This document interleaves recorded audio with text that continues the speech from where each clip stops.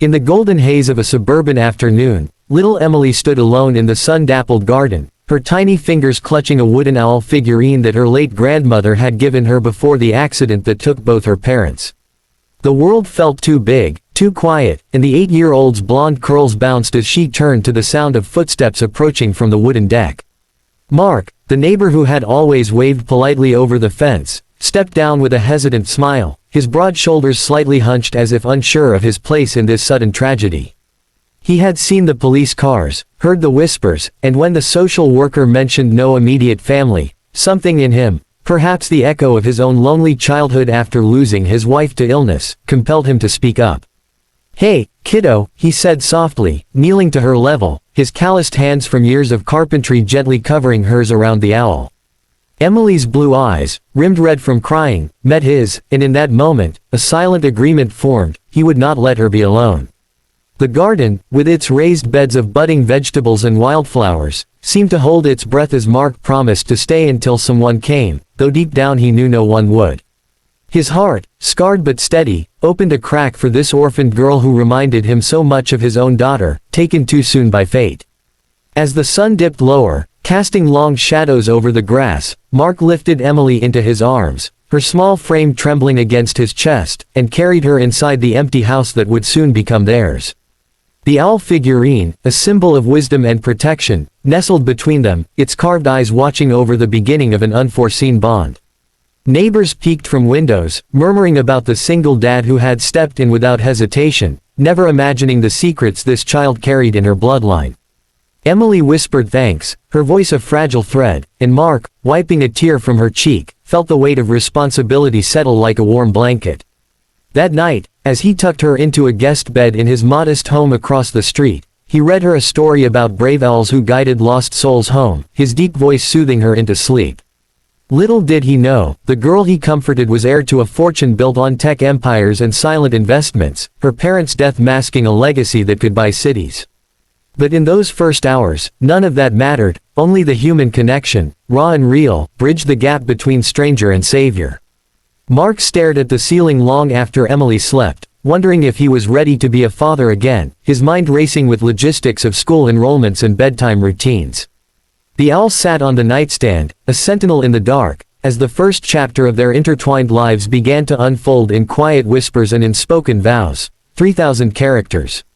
Weeks turned into months, and Mark's modest bungalow transformed into a haven of laughter and routine, the once silent rooms now echoing with Emily's giggles as she chased bubbles in the backyard or helped him sand wooden toys in his garage workshop. He had taken leave from his construction job, dipping into savings to navigate the legal maze of temporary guardianship, his lawyer friend pulling strings to keep things smooth until adoption papers could be filed. Emily, with her boundless energy, painted the walls of her new room with finger smudges of joy, her favorite being a mural of owls in flight that Mark helped her outline with careful strokes. Mornings started with pancakes shaped like hearts, Mark flipping them high while Emily clapped, her grief softening like butter on hot cakes. He enrolled her in the local school, packing lunches with notes that said, "You're my wise little owl," a nickname born from that first figurine. Afternoons were for homework at the kitchen table, Mark scratching his head over math problems he hadn't seen since high school, but Emily's quick mind amazed him, solving equations with an ease that hinted at private tutors from her past life. Evenings brought storytime on the couch, the owl figurine always nearby, a talisman against nightmares. Mark noticed how Emily flinched at loud noises, a remnant of the crash, so he installed soft nightlights and played gentle lullabies on an old record player. Neighbors brought casseroles and offers of babysitting, but Mark politely declined, cherishing the solitude that bonded them closer. He taught her to ride a bike on the cracked sidewalk, steadying her wobbles until she pedaled free, her cheers ringing like bells. In quiet moments, Mark journaled his fears: was he enough? Could a man who fixed roofs mend a broken heart? Emily, sensing his doubts, would crawl into his lap with drawings of their family, stick figures holding hands under a tree.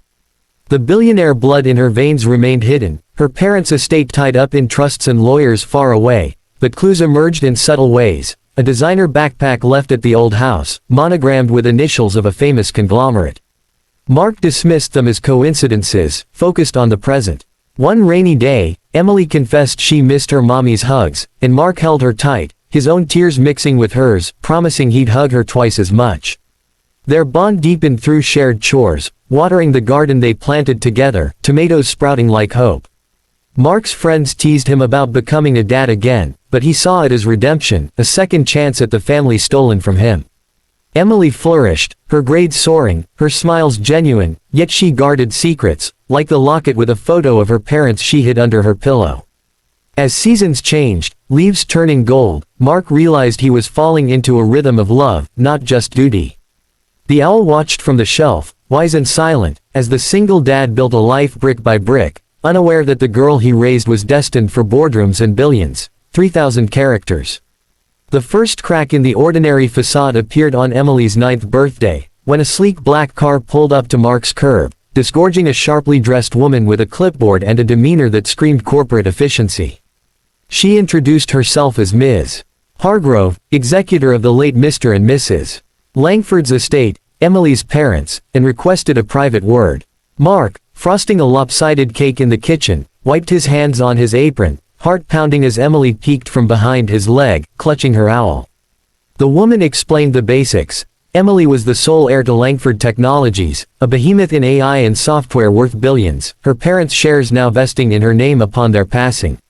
Mark's world tilted. The child he'd bandaged knees for and sung to sleep was a billionaire. Ms. Hargrove outlined trusts, guardianships, and the need for formal adoption to proceed without interference from distant relatives eyeing the fortune. Mark listened in stunned silence, the cake forgotten as numbers danced in his head, enough money to change lives, yet here he was, scraping by on carpentry gigs.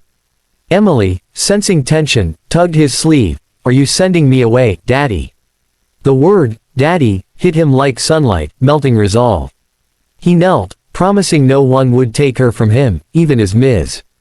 Hargrove warned of potential custody battles. That night, after the lawyer left with papers for review, Mark sat Emily down with extra candles on her cake, explaining in simple terms that she had a big family secret, like a treasure chest. Her eyes widened, not with greed but curiosity, asking if it meant more owls. Mark laughed through his shock, vowing to protect her from the vultures.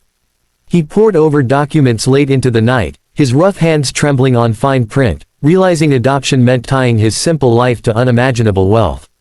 Friends advised hiring fancy lawyers, but Mark trusted his gut, contacting a pro bono advocate for foster parents. Emily, oblivious to the stakes, blew out candles wishing for, forever with Daddy, her innocence a shield. The garden outside bloomed defiantly, vegetables ready for harvest, mirroring their growth. Mark harvested tomatoes with her the next day, teaching value of hard work over handouts, subtly preparing her for responsibility. Whispers spread in the neighborhood, the orphan girl a heiress, but Mark shielded her, enrolling her in public school still, refusing private tutors for now. Ms. Hargrove returned with proposals, luxury homes, elite education, security details. Mark countered with love, arguing stability over opulence. Emily sided with him, hugging his leg fiercely. As legal wheels turned, Mark felt the pull of attraction, not to money, but to the woman fighting for Emily's future in boardrooms. No, focus, he was falling hard for the role of father, the completeness it brought. The owl figurine, now on his desk, seemed to nod approval as he signed initial papers, stepping into a world of wealth with calloused hands and pure heart. Their life, once simple, now threaded with gold, but the bond remained the core, 3,000 characters.